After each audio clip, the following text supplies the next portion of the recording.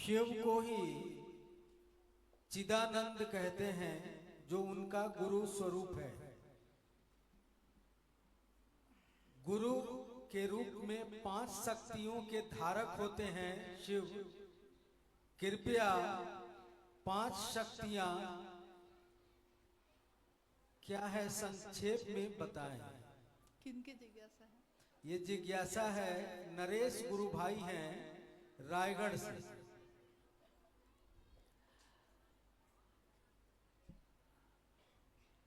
निकल रहे हैं। जिज्ञासा जिनकी है, अभी हम लोगों ने कखा गगा पढ़ना भी नहीं सीखा ठीक से, लेकिन हम पूरी किताब अभी पढ़ लेना चाहते हैं।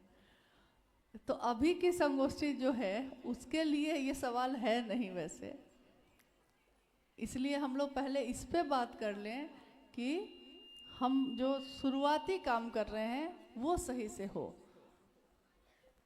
संगोष्ठियाँ होती रहेंगी, महोत्सव होते रहेंगे, शिव शिष्यता भी बढ़ती रहेगी, लेकिन मूल चीज़ जो हम लोगों की है वो कहाँ जाके रुक रही है, पहले उस बाधा को दूर कर ले हम लोग।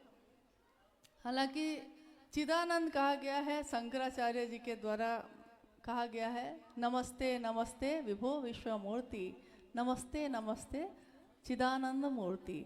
यानी सत और चित जो शिव का स्वरूप है, ईश्वर का है, उसमें ईश्वर के रूप में वो सच्चिदानंद है, लेकिन गुरु के रूप में वो चिदानंद माने गए हैं। हालांकि इसकी व्याख्या बहुत है और इसका कोई उपयोग अभी आपकी संगोष्ठी में नहीं है, इसलिए इस पे हम लोग फिर कभी बात करेंगे। और कोई है तो बोलिए, अभी के संदर्भ में कोई है तो बोलिए। शेष बहुत सारे सवाल आप लोगों ने भेजा है, जिसका एक ही तात्पर्य है कि शिव चर्चा के नाम पर देर रात को भजन करना, सिर में देवी देवता आना, भूत प्रेत भगाने के लिए मुर्गा चढ़ाना, पैसा लेकर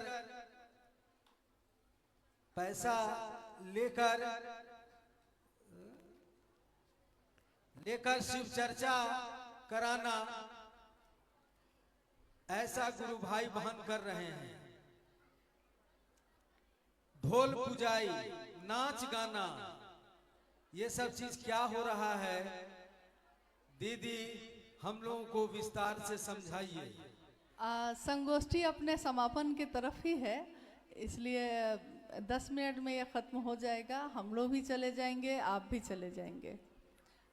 तो मैंने इनको कहा, संचालक महोदय से, सुमिंदर जी से, कि हम लोग आज की संगोष्ठी जो है शुरुआती जो हम लोग का है उस पे है, तो दूसरी जिज्ञासा तो पूरा धमाका ही है, आपने सुन ही लिया है।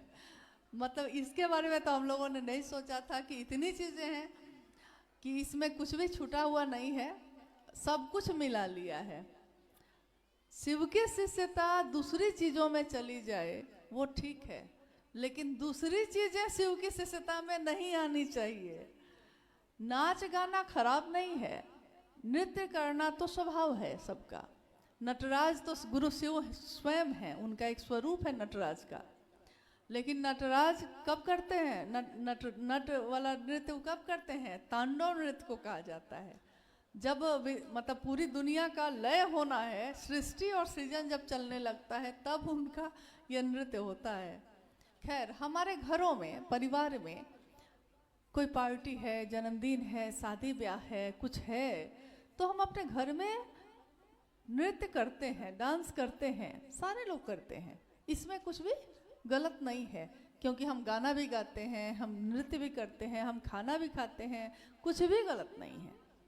लेकिन वही चीज स्थान, किस स्थान पे क्या अच्छा है, ये विवेक भी हम लोगों को होना चाहिए। वही डांस घर में अच्छा लग रहा है, लेकिन वही डांस आप रोड पे जाके करते हैं तो अच्छा नहीं लग रहा है। डांस वही है। और खासकर अगर गुरु चर्चा में कर रहे हैं, क्योंकि शब्द ही ये है, शिव गुरु चर्चा स्थल। शिव गुरु साप्ताहिक चर्चा स्थल, यही ना कहते हैं हम लोग। यानी शब्द ही ये बता रहे हैं कि ये चर्चा का स्थल है, नहीं तो नृत्य कला केंद्र लिखा रहता, यानी यहाँ नृत्य होता है ऐसा लिखा रहता, ऐसा शब्द होता। तो डांस गलत नहीं है, अपने घर में करिए, अपने जन्मदिन पे, अपने बेटा के ब्याह में, बेटी के ब्याह में, जहाँ मन है वहाँ करिए, लेकिन शिव की चर्चा में मत करिए। अब आप कहिएगा कि हम नहीं मानेंगे, कुछ लोग कहते हैं, जब आप समझाने जाइए तो वो आपसे लड़ जाएंगे। ऐसा वैसा नहीं लड़ते हैं, बढ़िया बढ़िया लड़ते हैं तो हाँ, उनका बस चले तो पता नहीं आपके साथ क्या करें। तो वैसे लोगों को प्रणाम कर लीजिए और गुरु की दया पे छोड़ दीजिए। अभी एक जगह पे लगातार, बिहार में एक जगह है जहाँ से लगातार ये बात आई कि वहाँ शिव चर्चा में बार बार समझाने के बावजूद लोग डांस कर रहे हैं। छज्जा बना हुआ था, घर का छज्जा, और चर्चा की कुछ गुरुबहनें थीं जो चर्चा की, जो नहीं मानी की और डांस करने लगी। बस उन छज्जा के साथ साथ वो लोग भी सीधे नीचे, छज्जा भी टूटा और वो लोग भी नीचे गिर के बुरी तरह घायल हो गई। मौत किसी की नहीं हुई लेकिन घायल हो गई।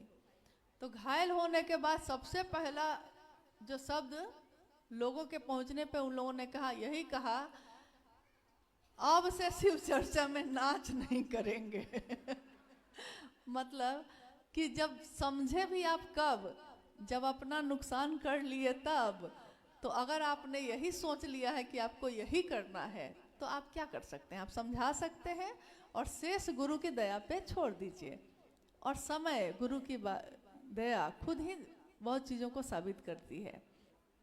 अब है मुर्गा चढ़ाना, तो ये तो पहली बार सुन रहे हैं कि शिव चर्चा में मुर्गा। हाँ, यहाँ तक कि भगवती की पूजा अभी होगी तो कभी ऐसा था कि सुनते हैं कि प्राचीन समय में नर बलि दी जाती थी, मतलब इंसान की बलि दी जाती थी, लेकिन भैंसा की बलि दी जाती थी, इस तरह की बात सुनते हैं। लेकिन अभी तो चीज़ें इतने बदल गई, लोग जागरूक हुए, समझे, तो अब लोग बलि देते हैं।